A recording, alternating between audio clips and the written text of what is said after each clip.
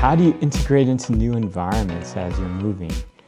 Now, you need to know I moved a lot. My father was in the military, as you probably have heard or will hear from my brothers. And so we moved every, 1.5, 2 years. Even spending a couple of years in Saudi Arabia when my father was on tour before Desert Storm.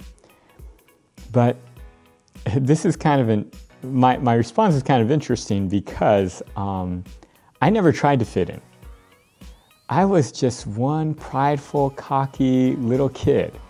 And wherever I went, I just assumed that, I'd find people who would want to follow me and want to be in my group wherever I went. And it actually didn't matter to me at all if nobody wanted to be in my group. In fact, sometimes I actually used it as a, wow, I'm a special kid because I'm out there and I'm just doing my own thing. And I remember even playing games, like trying to hide from everybody, and I was a new kid, right? And it's probably my way of coping with it, but in my mind, it never occurred to me that I had to try to fit in. I just did my own thing. And I think it worked well for me because I remember wherever I went, I did find a group of people, and sometimes I became very popular. I remember in Ohio at that time, I was the only Asian kid in the elementary school, and I was weird, but I was very athletic. Being so small, I was really athletic. And I remember as the other students saw how quickly I could run, how good I could catch, how high I could climb on the rope ladder and stuff like that people really liked me. I became very popular in that class. But I think so first I didn't care, what anyone thought. I did my own thing. And I found that helped attract people to me, especially people who are like me and people who liked what I was doing.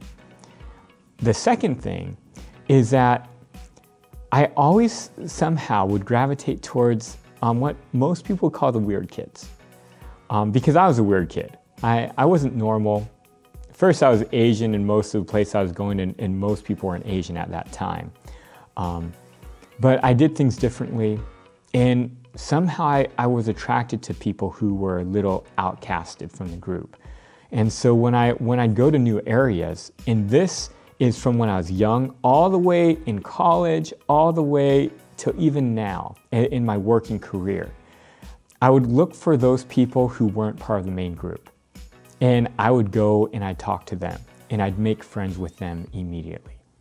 And I found that doing that actually, it helped me a lot. Because a lot of these students that maybe aren't in the mainstream of kids, they're either really smart, they have some type of unique, quirky talent, and they're in dire need of someone else who was willing to be their friend who also needs to fit in. And so finding these students for me was great. And even as I got into my professional career, when I started working at Arizona State University in a research office, first go in, don't really know anybody. I find all the people there who nobody else really wants to work with as much. And because I was so inclusive of everybody, it allowed me to be able to do things quicker. It allowed me to be able to make a group quicker and be able to really utilize the people in the research office. And it allowed me to progress in my career much more rapidly, I think, than if I didn't have that talent for finding the one-off people who weren't in the main group.